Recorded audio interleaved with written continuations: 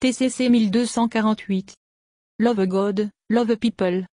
Aime Dieu, aime ton prochain. Cher Père, nous te disons merci pour cette opportunité et la proportion de regarder dans ta parole. Nous invitons l'enseignant de l'Église, le Saint-Esprit d'accomplir son ministère comme nous nous assemblons. Seigneur, nous te demandons d'oindre la parole qui sort de ma bouche pour qu'elle trouve des racines dans les cœurs de toute personne qui va l'écouter. Père, je te prie pour l'illumination, la révélation, la compréhension dans la pensée de tous ceux qui vont l'écouter. Seigneur, je te remercie de m'avoir fait ministre du Nouveau Testament et je te dis merci pour le succès de ce message du fait que le Saint-Esprit est l'enseignant. Merci Seigneur, cela ne dépend pas de moi mais tout dépend de toi, et tu es fidèle. Nous te donnons la louange et te rendons grâce dans le nom de ton Fils Jésus-Christ. Amen. Gloire à Dieu. Il y a 2 millénaires, Jésus prit une nature humaine et naquit dans ce monde. Il est venu mourir en sacrifice pour le péché, et ouvrir la voie à des êtres humains pour être restaurés à notre but créé, de devenir des fils et des filles saints et justes de Dieu qui reflètent sa gloire au monde autour de nous. Éphésiens, chapitre sur les versets 4 à 5. Jésus n'a pas seulement ouvert la voie de la restauration, il est le modèle pour la famille de Dieu. Jésus, dans son humanité, nous montre à quoi ressemblent les fils et les filles de Dieu, et comment ils vivent en reflétant la gloire de Dieu. Romains 8 verset 29. Pendant que Jésus était sur terre, il a appelé les gens à le suivre et à apprendre de lui. Matthieu 4 verset 19. Matthieu 11 verset 28 à 30. Matthieu 16 verset 24. Etc. Le mot grec qui est traduit suit signifie être de la même façon que, suivre avec l'intention de pratiquer. Ce mot a été utilisé pour signifier devenir un apprenant ou un élève en imitant ou en copiant l'exemple de celui que vous suivez. Ceux qui ont répondu à Jésus ont compris que suivre un maître comme lui signifiait non seulement suivre ses instructions, mais chercher à être comme lui, le prendre comme modèle et copier son exemple. Paul l'apôtre, un témoin oculaire de Jésus, a écrit 14 des documents du Nouveau Testament. Il a exhorté les chrétiens à imiter Jésus, juste lui-même. I Corinthiens 11 verset 1. Suivez-moi, mes frères, comme je copie le Christ lui-même, selon J. B. Phillips. Modèle après moi, suivez mon exemple, comme j'imite et suis le Christ le Messie, dans la Bible amplifiée. Nous travaillons sur une série de choses qui nous font devenir comme Jésus dans nos attitudes et actions. Notre responsabilité numéro 1 en tant que chrétien est de grandir dans la ressemblance avec le Christ. Ceux qui prétendent appartenir à lui doivent vivre comme Jésus l'a fait. Jean 2 verset 6, nouvelle version internationale révisée. Le Nouveau Testament parle à plusieurs reprises de la perfection des chrétiens. Matthieu 5 verset 48. Plusieurs mots grecs sont traduits comme le mot anglais parfait. Tous ont l'idée de se mettre en marche vers un but et de l'atteindre. Pour un chrétien, être parfait signifie atteindre le but d'être pleinement conformé à l'image du Christ, pleinement semblable au Christ dans son caractère. C'est un processus qui commence quand nous décidons de suivre Jésus, et ne sera pas complètement achevé jusqu'à ce que nous le voyions face à face. Jean 3 verset 2. Pendant que le processus est en cours, il est possible d'être parfait même s'il y a plus de perfection à atteindre. Nous pouvons être parfaits à notre état de croissance, alors que nous grandissons dans la ressemblance avec le Christ. Paul l'apôtre, un imitateur de Jésus, a exhorté les gens qu'il a appelés parfaits pour continuer sur et rechercher la perfection, en conformité totale avec l'image de Christ. Philippiens 3h12 verset 15. Quand on parle de perfection, on pense immédiatement à la performance, et il y a des choses qu'on doit faire. Mais la volonté d'être parfait, d'être comme Jésus dans les attitudes et les actions, précède la performance. C'est ainsi que vous pouvez être parfait à votre stade de croissance, même si vous n'êtes pas encore pleinement Christ, comme dans toutes vos attitudes et actions. Votre cœur, votre intention, votre motivation, doit être fixé sur la croissance dans la ressemblance de Christ. Mais il peut prendre un certain temps pour reconnaître et mettre en œuvre les changements qui doivent avoir lieu en nous. Parfait signifie pleinement engagé à marcher dans toute la lumière que vous avez. Quand la lumière augmente, les changements parfaits. Vous devez être prêt à vivre à la hauteur, par la grâce de Dieu. Jésus était un reflet parfait de Dieu son Père au monde, comme nous devons l'être, parce qu'il était pleinement obéissant à son Père. Tous les commandements de Dieu sont résumés en 2 déclarations, aimez Dieu avec tout votre cœur, esprit et âme et votre prochain comme vous-même. Matthieu 22 versets 37 à 40. Être parfait signifie aimer Dieu et son prochain de tout votre être. Cet amour n'est pas une émotion ou un sentiment. C'est une action. Aimer Dieu signifie obéir à sa loi morale, son modèle de bien et de mal tel qu'il est révélé dans la Bible. Aimer les gens, c'est traiter les autres comme vous vouliez être traités. Pour beaucoup d'entre nous, le plus grand défi à relever pour devenir de plus en plus semblable au Christ est celui des autres. Dans cette leçon, nous allons commencer à parler de la façon dont nous apprenons à traiter avec les gens d'une manière semblable à celle du Christ. Nous sommes tous nés avec une tendance à l'égoïsme ou à se concentrer sur soi. Être égoïste signifie que nous mettons le soi avant tout, au-dessus et au-dessus de Dieu et des autres. Jésus est mort pour nous détourner de la vie pour soi. 2 Corinthiens 5 verset 15. Il est mort pour tous afin que ceux qui reçoivent sa nouvelle vie ne vivent plus pour se faire plaisir. Ils vivront plutôt pour plaire à Christ, qui est mort et ressuscité pour eux, d'après la version du Semeur. Remarquez ce que Jésus a dit quand il a appelé les gens à le suivre. Alors Jésus a dit à ses disciples, « Si quelqu'un désire être mon disciple, qu'il se renie lui-même. » C'est-à-dire qu'il se méfie, perde de vue et oublie ses propres intérêts, et qu'il prenne sa croix et me suive. Fixez-vous à moi, conformez-vous entièrement à mon exemple en vivant et si besoin en mourant. Matthieu 16 verset 24, Bible amplifiée. Se priver de soi ne signifie pas quitter son foyer, son travail, sa famille et ses biens matériels pour devenir missionnaire dans un autre pays. Cela signifie passer du service à soi au service de Dieu et des autres. Servir signifie aider, assister ou aider les autres et rendre à Dieu l'obéissance et le respect. Chers chrétiens, notre croix est le lieu de l'obéissance totale à la volonté de Dieu dans nos circonstances. Rappelez-vous quelle est la volonté de Dieu, aimez Dieu et aimez votre prochain. Une des principales façons de nous nier et de démontrer Jésus est par la façon dont nous traitons les autres. Dans le contexte de la façon de traiter les autres, Paul a écrit, « Ne soyez pas égoïstes. Ne vivez pas pour faire bonne impression aux autres. Soyez humbles, en pensant que les autres sont meilleurs que vous. Ne pensez pas seulement à vos propres affaires, mais intéressez-vous aussi aux autres et à ce qu'ils font. » Philippiens 2 versets 3 à 4. Paul écrit aussi, « Car vous, chers amis, avez été appelés à vivre en liberté, non pas la liberté de satisfaire votre nature pécheresse, mais la liberté de se servir les uns les autres dans l'amour. Car toute la loi peut être résumée en un seul commandement, aimez votre prochain comme vous-même. » Galates 5 versets 13 à 14, dans la Bible du Semeur. Jean l'apôtre, un autre témoin oculaire de Jésus a écrit, « Si quelqu'un dit, j'aime Dieu, et est son frère, il est un menteur, car celui qui n'aime pas son frère qu'il a vu ne peut aimer Dieu qu'il n'a pas vu. Et nous avons de lui ce commandement, celui qui aime Dieu doit aussi aimer son frère. » Jean 4 versets 20 à 21. Le mot grec traduit haine a moins l'idée d'amour. Si vous aimez votre frère moins que vous-même, si vous le considérez ou le traitez comme étant moins que vous-même ou d'une manière dont vous ne voudriez pas être traité, alors vous n'obéissez pas à Dieu, le contraire s'y est d'aimer Dieu. La façon dont vous traitez les gens est une expression de votre amour pour Dieu. Si vous n'aimez pas votre frère, vous n'aimez pas Dieu. Vous n'êtes pas obligé d'aimer tout le monde, mais vous devez aimer tout le monde, traitez-les comme vous voulez être traités. Le problème de l'amour des autres, à part le fait que nous sommes tous des personnes déchues et égoïstes, est que nous sommes tous différents, et nous n'aimons pas nécessairement les différences des uns et des autres. Nous avons des personnalités, des intérêts, des tempéraments, des manières, des goûts et des dégoûts différents. Nous faisons et disons les choses différemment. Nous traitons la vie et les interactions humaines différemment, en fonction de notre propre personnalité et de nos expériences de vie. Et c'est bien, parce que Dieu nous a fait chacun des individus uniques. Mais ces différences peuvent et provoquent des désaccords et des conflits parce que nous nous ennuyons, nous blessons et nous désapprouvons les uns les autres. La Bible nous donne des instructions sur la façon de répondre à ces différences.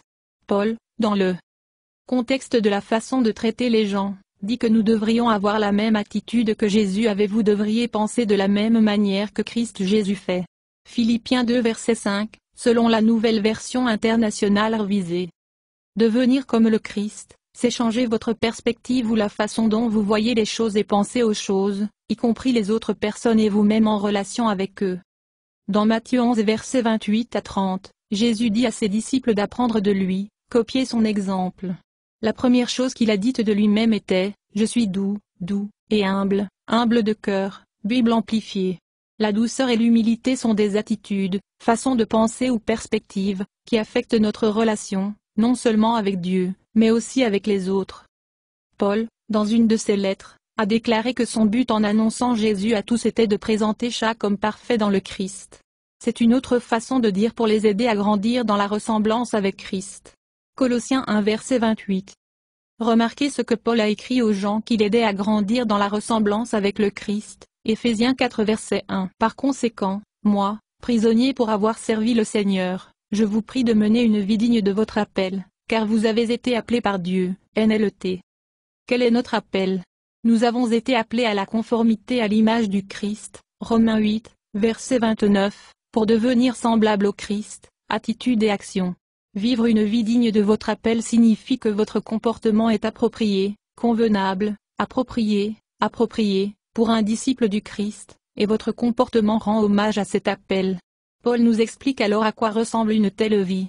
Il s'agit d'une vie d'humilité, de douceur et de patience à l'égard des autres. Éphésiens 4 verset 2, vivre comme vous le devenez, avec une infériorité complète, humilité, et la douceur, désintéressement, douceur, avec patience, en portant sur un d'autres et de faire des concessions parce que vous vous aimez les uns les autres. Bible amplifiée. Ceux qui sont semblables à Christ. Vivez avec humilité. L'humilité commence dans votre esprit, c'est-à-dire la façon dont vous vous voyez par rapport à Dieu et aux autres. Celui qui est humble reconnaît qu'il est serviteur de Dieu et d'hommes. Vivez avec douceur. La douceur est le pouvoir sous contrôle. Il est le résultat du choix d'un homme fort de contrôler ses actions en soumission à Dieu, surtout quand il est en colère. Vivez avec patience. Le mot grec signifie tolérance et vient d'un mot qui veut dire être patient. Supporter les uns avec les autres signifie se tenir en arrière. Notez ce que Paul a écrit sur le fait de traiter avec les gens, Colossiens 3 verset 13. Vous devez tenir compte des les fautes de chacun et pardonner à la personne qui vous offense. Rappelez-vous, le Seigneur vous a pardonné, donc vous devez pardonner aux autres, dans la Bible du Sommeur. L'expression tenir compte des fautes de chacun en grec est le même mot qui se traduit par supporter les uns avec les autres et faire des concessions dans le verset 4 du Colossiens 2. Ce mot, à supporter, a l'idée de retenir, de supporter avec patience ou de supporter les erreurs et les faiblesses des autres, la concordance de Strong. Notez le synonyme de ce mot longanimité. La patience est cette qualité de retenue face à une provocation qui ne se venge pas ou ne punit pas rapidement. C'est l'opposé de la colère et est associé à la miséricorde, dictionnaire de Vine. En d'autres termes, nous devons vivre avec humilité, douceur, patience, retenue et pardon à l'égard des fautes et des défauts des autres, tourner le dos à soi-même et retenir cette tendance à s'en prendre à eux et à les rembourser. Oui, mais cette personne est une idiote. Elle peut l'être, selon toutes les normes que vous tenez à cœur. Mais la seule personne sur laquelle vous avez le contrôle c'est vous. Et la Bible n'a pas été écrite pour dire aux autres comment traiter vous. Il a été écrit pour vous dire comment traiter les autres. Rappelez-vous la norme de Dieu pour ce qui est de la façon dont nous sommes censés traiter les uns les autres. Traitez-les comme vous voulez qu'ils soient traités. Comment voudriez-vous être traité si vous étiez lui et qu'il était vous? Pensez-vous vraiment que personne ne vous regarde et pense, c'est un idiot? Voulez-vous que les gens vous considèrent comme un idiot lorsque vous avez simplement fait une erreur, ou ignorent ce que vous avez fait, ou lorsque vous croyez avoir une bonne raison pour ce que vous faites? Dans le fameux chapitre de l'amour trouvé, I Corinthiens 13, Paul écrit que « L'amour supporte tout et tout ce qui vient, est toujours prêt à croire le meilleur de chaque personne » I Corinthiens 13 verset 7, Bible amplifiée. Les ours sous, birette, signifient littéralement le toit. Il est utilisé au figuré pour signifier couvrir de silence et supporter patiemment, plus à ce sujet dans un instant. Vous n'avez pas à aimer tout le monde ou à être d'accord avec leurs opinions, leurs choix, leurs compétences décisionnelles ou leur comportement. Mais il faut croire le meilleur, qu'ils ne savent pas ce qu'ils font ou que ils pensent avoir une bonne raison pour ce qu'ils font, par opposition à « c'est un idiot stupide ». Nous évaluons souvent les autres et leurs actions en fonction de leur supériorité plutôt que d'un service. Je ne serai jamais aussi stupide. Mais nous devons réaliser que nous sommes capables de faire exactement ce qu'ils font parce que nous sommes tous les deux tombés dans la chair.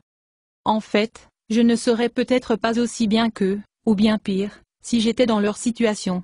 Et si je connaissais tous les faits de leur situation, je pourrais me rendre compte qu'ils ont en fait pris une décision raisonnable, même si je ne suis pas d'accord avec elle.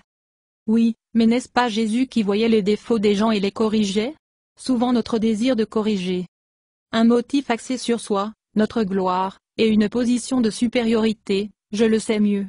Et, Jésus était parfait d'une manière que nous ne sommes pas encore. Quand quelqu'un fait quelque chose qu'on n'aime pas, on commence à se parler de lui et de ce qu'il a fait. La plupart des choses dont nous parlons sont non seulement inutiles, mais aussi improductives ou contre-productives. C'est du bavardage sans valeur. Paul a écrit que ne sorte de votre bouche aucun langage grossier ou polluant, ni mot mauvais, ni discours malsain ou sans valeur. Mais seulement un tel discours, comme il est bon et bénéfique pour le spirituel. Progrès des autres, Éphésiens 4 verset 29, Bible amplifiée. Comment vous parlez-vous des gens qui vous ennuient, vous blessent ou vous déçoivent? Est-ce que cela vous élève à la ressemblance de Christ ou est-ce que cela nourrit votre irritation avec la personne dont vous êtes en colère? Comment votre discours affecte-t-il les gens autour de vous qui vous entendent parler comme ça? Cela ne veut pas dire que nous ne pouvons pas dire que nous n'aimons pas quelqu'un ou ce qu'il fait, mais nous devons commencer à penser en termes de là. Jésus parlerait-il comme ceci? Comment puis-je croire le meilleur? Jacques, un autre témoin oculaire de Jésus, a écrit, parfois, la langue, loue notre Seigneur et Père, et parfois il éclate en malédiction contre ceux qui ont été faits à l'image de Dieu. Et ainsi, la bénédiction et la malédiction sortent de la même bouche. Sûrement, mes frères et sœurs, ce n'est pas juste, Jacques 3 versets 9 et 10. Ce n'est pas ce que vous voyez, c'est la façon dont vous voyez ce que vous voyez. Nous devons voir les gens comme Jésus les voit et ensuite nous parler de cette manière. Les hommes et les femmes portent encore l'image de Dieu. Cette personne est précieuse et précieuse pour Dieu. Dieu aime cette personne et désire qu'elle soit restaurée à sa famille par la foi en Jésus. Jésus est mort pour cette personne autant qu'il est mort pour moi. Le Seigneur veut qu'il grandisse dans la ressemblance avec Christ autant que moi. Une partie de devenir de plus en plus semblable au Christ est la volonté de le faire, choisir de se déplacer dans cette direction. Et une partie de cela est le développement de nouvelles façons de penser et de nouveaux comportements de réponse, ce qui demande du temps et des efforts. Notez ce que deux témoins oculaires de Jésus ont écrit. Ils ont compris l'importance de suivre son exemple. Jacques a dit ceci au sujet de notre langue, nous faisons tous beaucoup d'erreurs, mais ceux qui contrôlent leur langue peuvent aussi se contrôler de toutes autres façons. Jacques 3 verset 2, version du Semeur. Nous avons passé beaucoup de temps plus tôt cette année à parler du contrôle de votre langue par la louange à Dieu. Il vous aidera à contrôler les émotions et les pensées qui conduisent à des actions non chrétiennes. Si, lorsque vous vous sentez agacé, contrarié ou en colère contre une autre personne, les premiers mots que vous prononcez sont louer le Seigneur, merci Jésus, vous pouvez contrôler vos émotions et vos actions. Cela semble maladroit et même ridicule au début, mais quand la louange devient une habitude de réponse, vous serez en mesure de démontrer un caractère semblable à celui du Christ beaucoup plus efficacement. Au lieu de vous nourrir des défauts et des échecs de cette autre personne, vous pouvez contrôler davantage vos paroles, vos pensées et vos actions en priant pour elle comme l'a suggéré Pierre. Ne retournez jamais le mal pour le mal ou l'insulte pour l'insulte, réprimande, bavardage, réprimande, mais au contraire, bénir prier pour leur bien-être, leur bonheur et leur protection, et vraiment les compatir et les aimer. Pierre 3 2.9, Bible amplifiée. Les leçons comme celle-ci peuvent être assez difficiles. N'oubliez pas que vous pouvez être parfait. Grandis en perfection. Et n'oublie pas que Dieu est en toi par son esprit pour t'aider à construire de nouvelles habitudes. Prie. Et lui demander de vous aider à voir les gens comme il le fait et d'aimer les gens comme il le fait. Beaucoup plus la semaine prochaine. Ma prière est que par ces leçons chacun de nous sera inspiré pour marcher comme Jésus a marché. Laissez Jésus vous faire confiance à travers sa parole, la Bible.